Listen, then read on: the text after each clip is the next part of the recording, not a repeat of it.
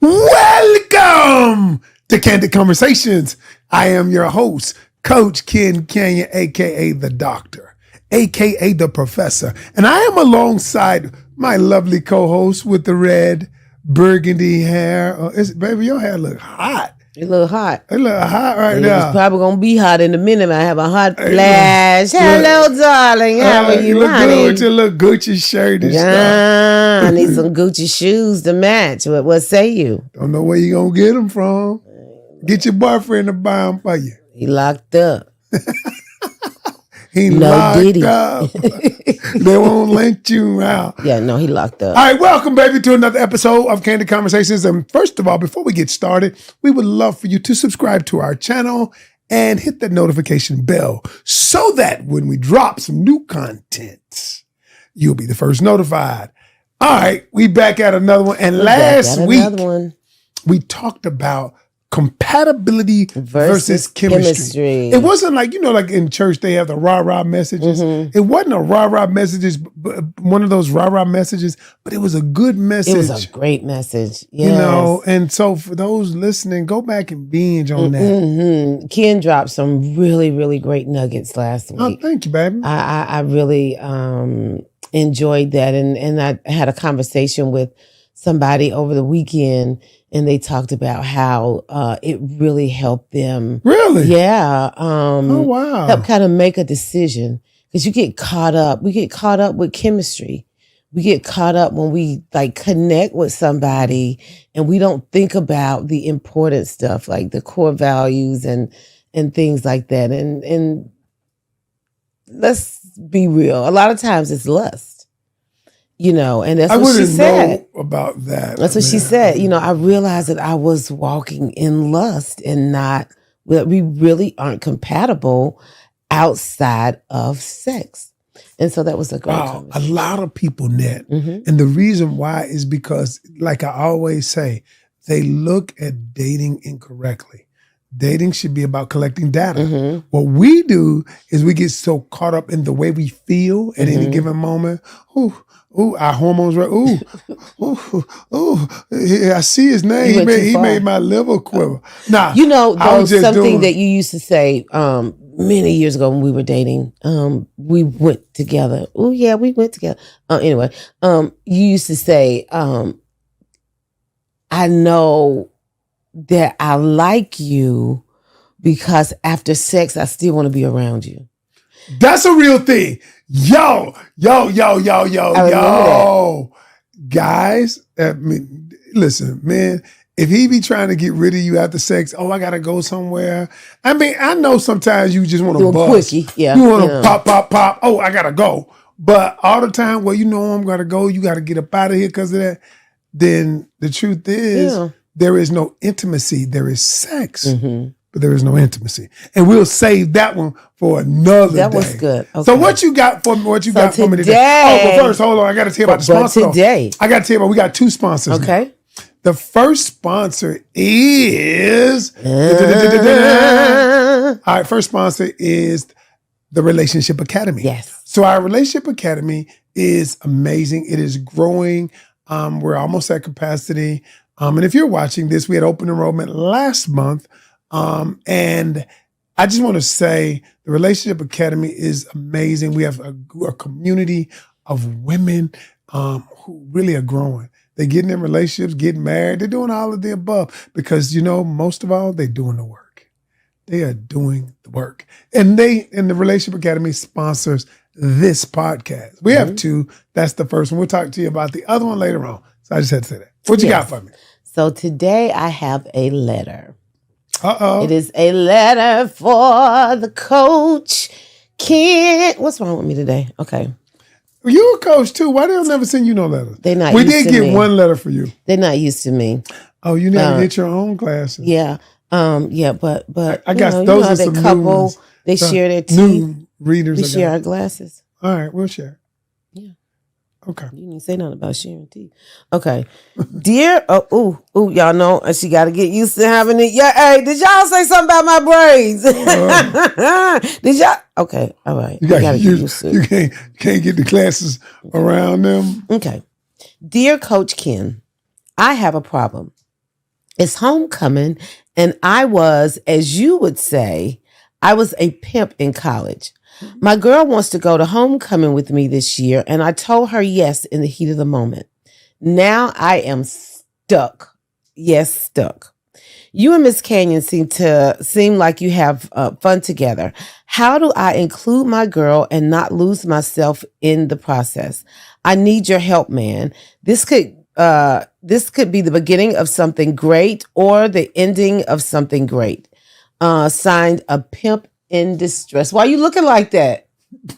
Why are you looking like that, sir? Why they write that What does damn he letter to do? you? No, I'm saying. So what? So what? How do you? So it is homecoming season. That's why I chose this letter. Do you want Ken or Coach Ken today? I want both of them because, like, during homecoming, two different answers. you and I don't hang out together. If we see each other, we acknowledge each other, but we usually find out, okay, where you gonna be, where I'm gonna be, so we won't be in the same place being, because we like to be our greatest when we being what we being while we being. But if we in the same place, sometimes that stifle our being. And so how can they be and still be? Why you give me this damn question?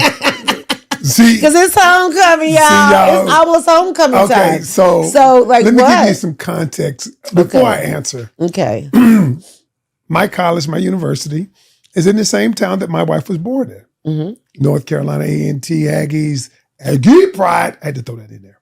G-Ho. So we have homecoming. It'd be a lot of G-Hoing out there too. That's all I'm going to say. But go ahead. And so my wife and I don't really hang out. We've established, and I'm going to answer the question, but we've established that homecoming.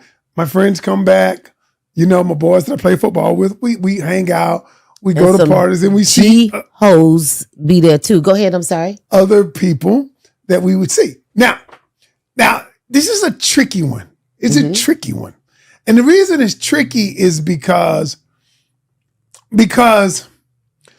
homecoming is about your past and your present. Okay. You follow me? Okay, I'm following you. And so I think if you're a couple, I think you have to talk about homecoming. Mm-hmm. So before I can give him some advice, I want to ask a couple questions. Okay. Do you have the answers? I may. Okay. How long have they been married? Oh, they've been together for a long... No, they're not married. They're not a married couple. They're dating. They're dating. Oh, shit. This is an easy answer then. They're dating. They're dating. Mm-hmm. And they've been dating for a while. Yeah, they've been together for some years. And this year was the first time she was like, why are you not taking me to home? You know, why don't you ever invite me? Okay. So they're together. I've wondered that. No, I haven't. I'm just kidding. Yeah, you've asked me about us hanging out homecoming. And we hanging out this year. We will, prior to me going out. We'll be in the house. We'll be hanging out. We'll eat breakfast together. Y'all, that video, you see me, you see them. You see them, you see me. You see us, you see, yeah. That's okay. Okay. I normally don't stutter on nothing. Because I got you. You acted like Miss Love on the YSL trial. But go ahead. No, I'm not. I'm not going to stutter like her. She utter wreck. All right, so this is what I'm going to say. Yes. All right, pimp in distress, let me speak to you directly. This is what I would say to you. Now you have to ask yourself, because you said you were a pimp in distress. I'm looking directly into the camera. Mm-hmm. If you were a pimp in distress, that means you had some hoes. That means that your life was surrounded by hoes at some point in your life. Now, if you are done with those hoes, then if you're done with them, listen to me carefully. Mm-hmm. If you're done with them, you can take your lady to homecoming and let the hoes be hoes and, just say, and hate on your lady because you're with them. Now, the reason why I say if you're done with them, if you are done with them, then you just have to know that, okay, nothing changes afterwards. I'm done with them, so I'm cool. I maybe can't hang out with my boys like I normally do, speak to all my old hoes, and this, because part of it is, if I can be honest, part of homecoming is the psychology of, do I still have it? Mm-hmm. Am I still desirable by people? That's part of it. Because some of the people that come back to homecoming, they used to look a certain way. They were quite desirable. Now they look like they're a model for a funeral home. I mean, I'm just saying. I mean, let's be honest. So the psychology is, but if you fresh out of college, then it's different. No, they're not fresh out. So, but you really, you've said a lot, but you have actually said nothing. You haven't answered the question. You haven't given him any advice. I feel like deep down in your sanctified soul, you want to tell him, no, run. But it's like he's already told. That reminds me of the time that you told me that I could go to Vegas with y'all. It was in the heat of the moment, and you said I could go to Vegas with y'all. And I was so excited. And I went back in the salon and I told my friends, hey, I'm going to Vegas with Ken and his friends. And then I said something to you like a week or so later, and you were like, I said that? And I said, yeah. You was like, I must have been just kidding in my mind.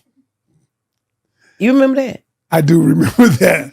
So I do remember that. And I ended up letting you go 1 year. 1 year, not that and year. And you ended up realizing that this ain't no fun. No, what he did was, and this could be some good advice for you, Guy.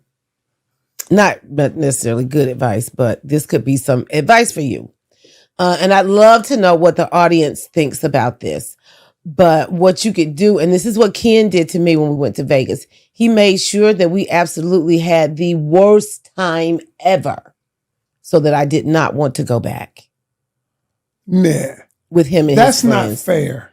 It's not fair, but it's true. That is what did we not do? fair. What did we do? We did what we do. During that time, we used to go to the magic show. We still do. Oh my gosh, we stayed for hours upon hours. But then hours. We would stay upon hours. Okay, so in our studio, y'all can't see one of our producers.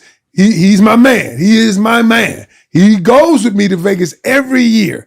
And he knows, didn't we used to say hours at Vegas at the show? Used to.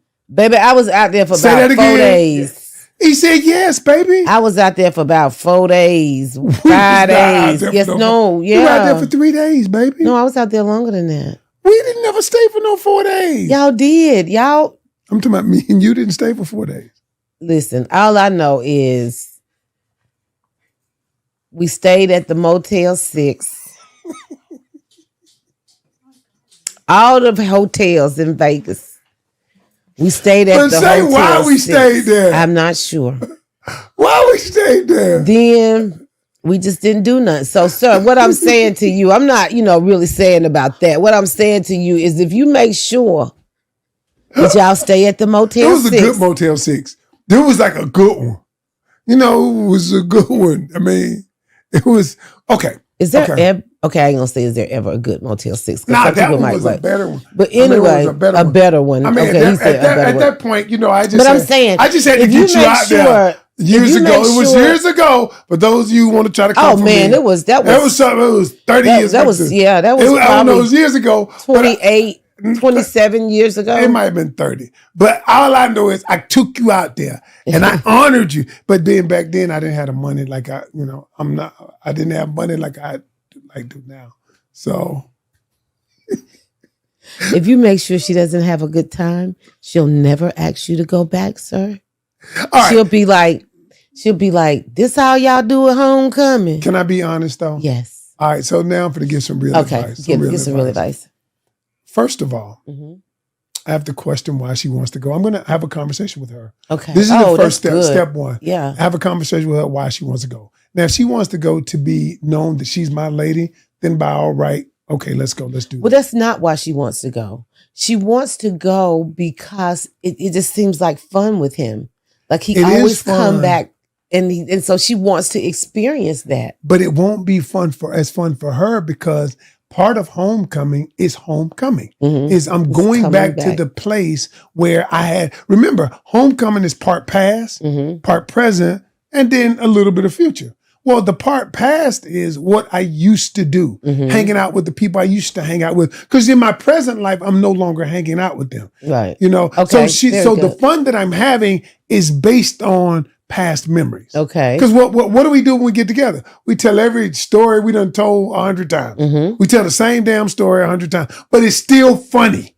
It's still funny because it reminds us of that jovial time in our life. Okay. So to say she will have fun like he's having it, more than likely not. Now, let me address the elephant in the room. The elephant in the room is say he pimped in distress. That means he had hoes. That means he sold his wild It oats made in me college. feel like he still had hoes. Well, that's what I said before. If you still got the hoes, you can't take her to homecoming. Just real. But just real- why? because one hoe get out A of hoe should know their place. A hoe should know that See? they're a hoe, though. see a hoe will get out of pocket. A hoe will get out of pocket, and she will. Hey, y'all need and to she school y'all will. hoes. Because look, a hoe I will always get say, put a petty. muzzle on that puppy. See, here's the thing. If she see you with your lady and you all having fun, you strutting around like a peacock with her, and then all of a sudden she looking like, oh, for real, oh, it's like that. So you putting her on display like in front of everybody. Oh, this is my lady. Hey, yo, this is my bag. Hey, this is such and such. And then she has been underground. She's been a secret for so long, except for your partners know that you're banging her. But everybody else can't come around. And so now she realizes her value is much less than this other person. Oh. And now you associate what your value truly is. You talking about the G-ho. About the G-ho. Okay.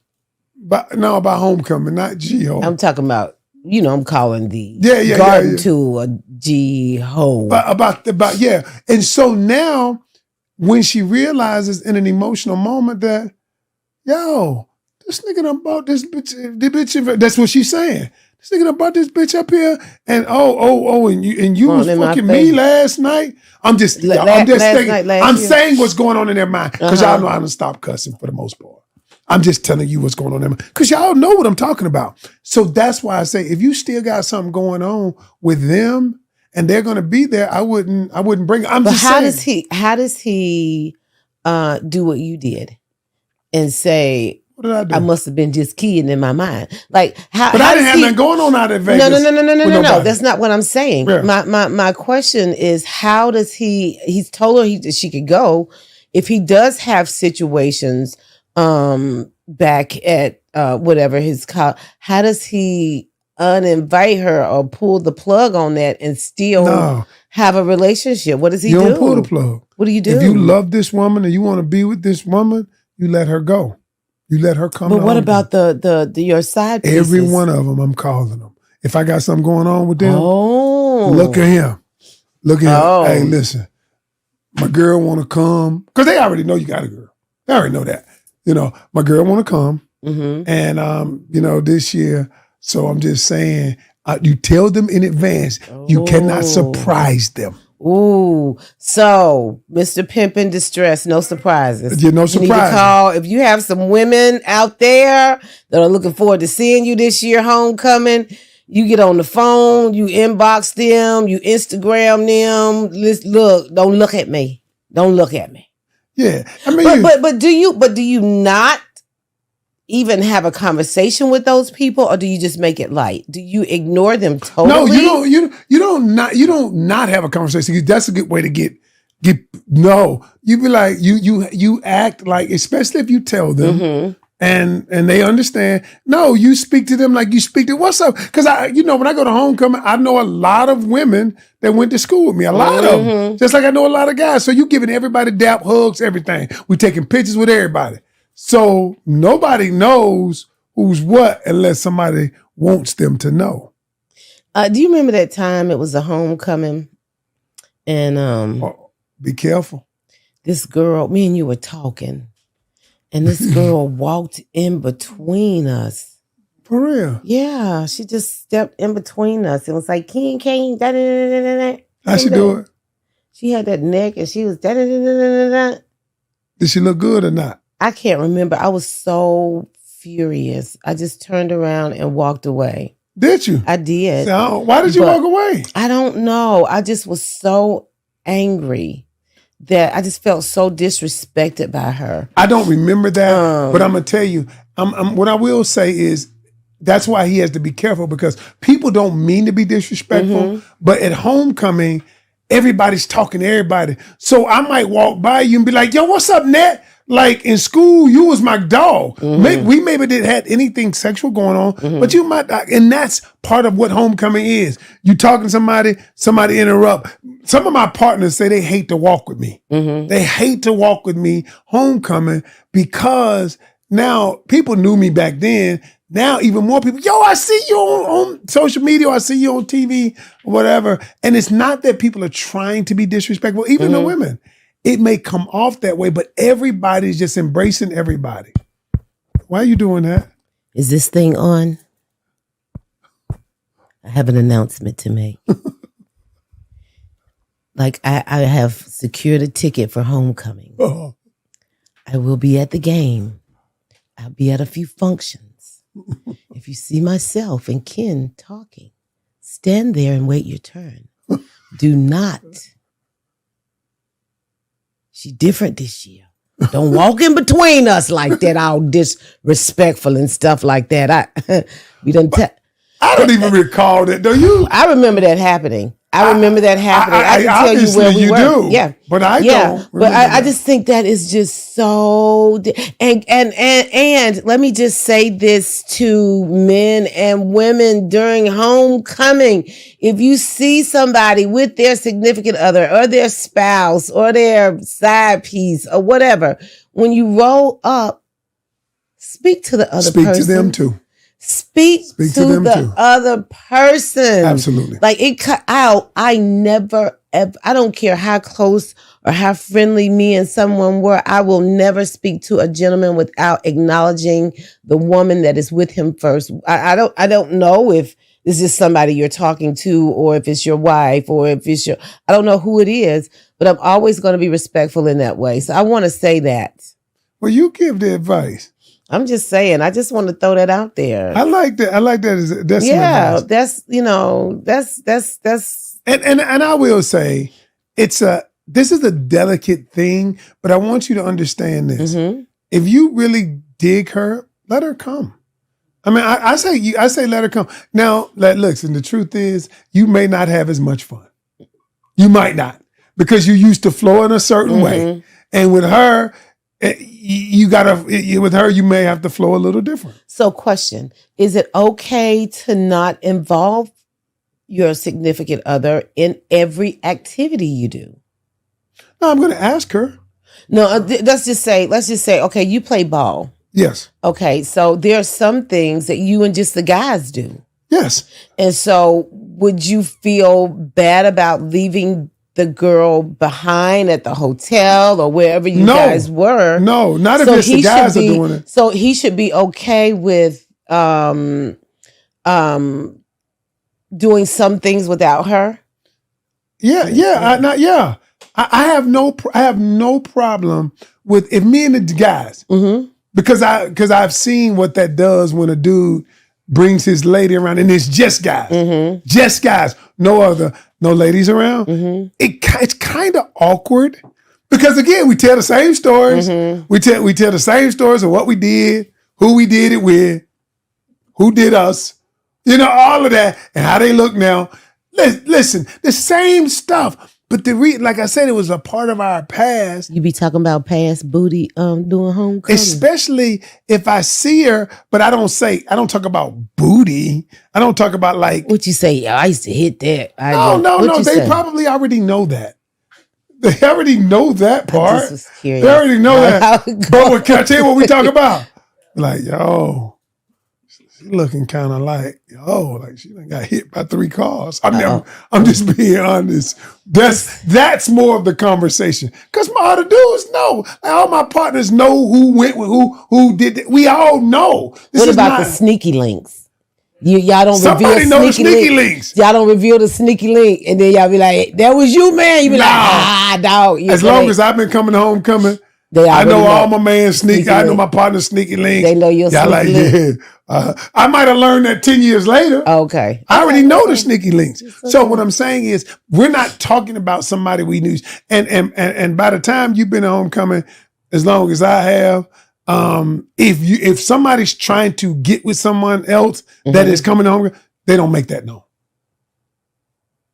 Oh, they sneak. No, they don't make that known. Oh, that is a sneaky so link. y'all straight sneaking. That's a sneaky link. Oh. They don't let that. They don't make that known. Okay.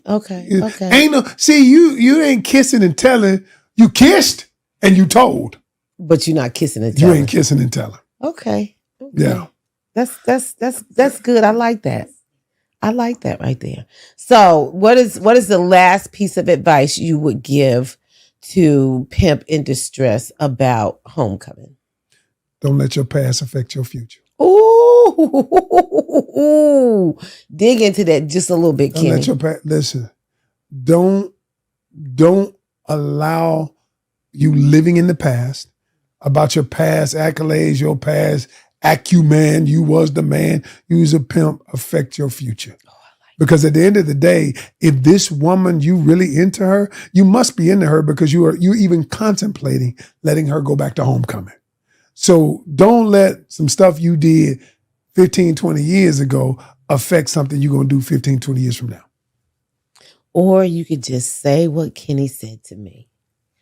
Hell no, you can't go. I didn't say that. No, you didn't. Stop that. Y'all see me just over here embellishing.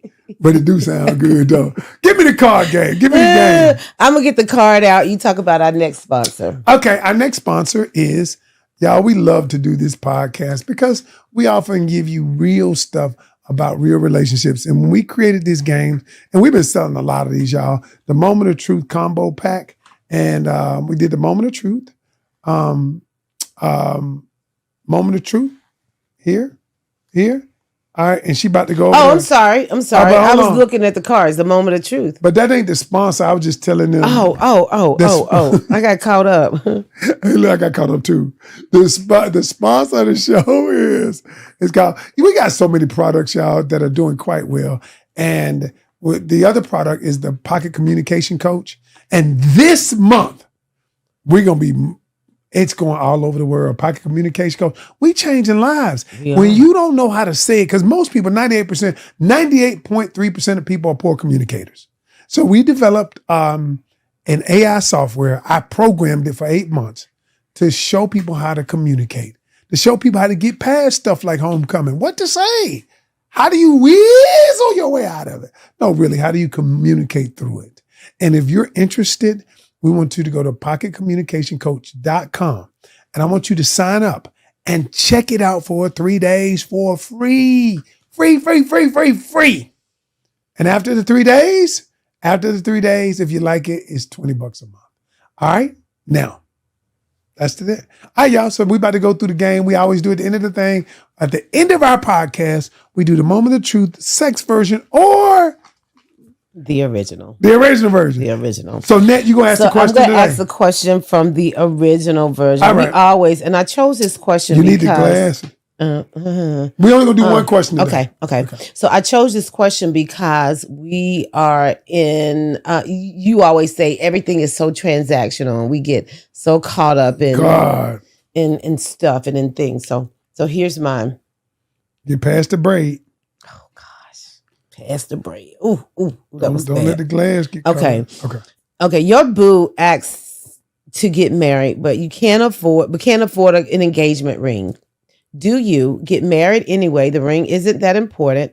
Wait until they have enough money to get one. Decide he or she is too broke to get married. Or D, let them borrow the money to purchase the ring.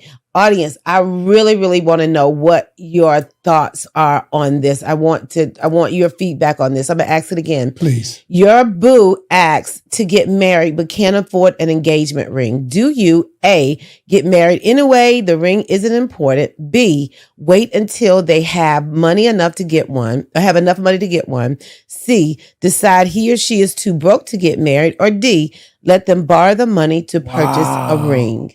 Wow. You know where I stand. I say know A where you all stand. day. I say because marriage has gotten so transactional. I say A. I say get married because we got married with bands. Yes, we didn't have a ring until we walked down the aisle. Yeah. Well, I didn't have a ring because guys don't, but really, most don't really care about or have engagement rings. But I know when I told a lot of people that we were getting, I'm getting married, where your ring at? And so it was almost like it discredited our engagement or our relationship because I didn't have a ring. And it makes me excited.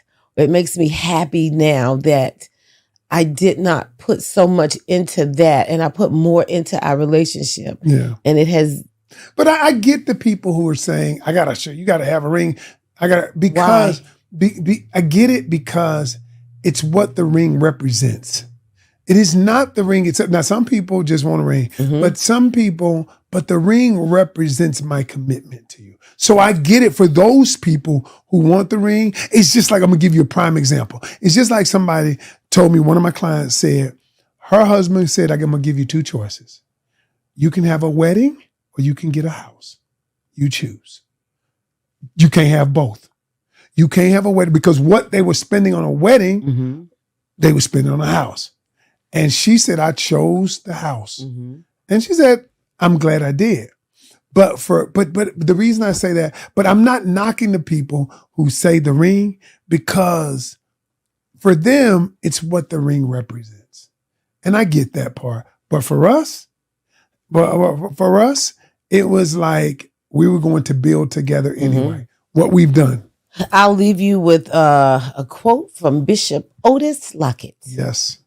A ring doesn't make you married, just like standing in a garage does not make you a car. Thank you guys so much for joining us on this Thursday. Make sure you have a super duper fantastic weekend. I want to say go get it because it ain't gonna come get you. We are the Grand Canyons and we are